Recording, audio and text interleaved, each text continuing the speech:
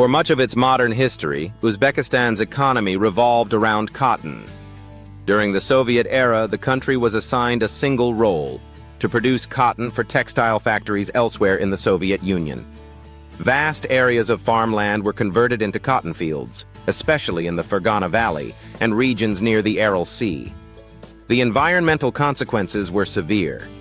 Rivers were diverted to irrigate cotton farms, causing the Aral Sea to shrink dramatically, creating one of the worst environmental disasters of the 20th century.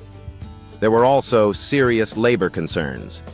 Even after Uzbekistan gained independence in 1991, the government continued to mobilize large numbers of citizens to harvest cotton.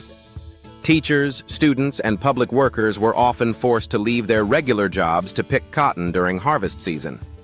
Economically, Uzbekistan was stuck at the lowest level of the global textile supply chain. The country produced massive amounts of raw cotton, often ranking among the world's largest producers, but exported mostly raw fiber, the least profitable stage of production. Once exported, that cotton was processed in factories across China, Bangladesh, and Turkey, where it was spun into yarn, woven into fabric, and eventually turned into finished garments.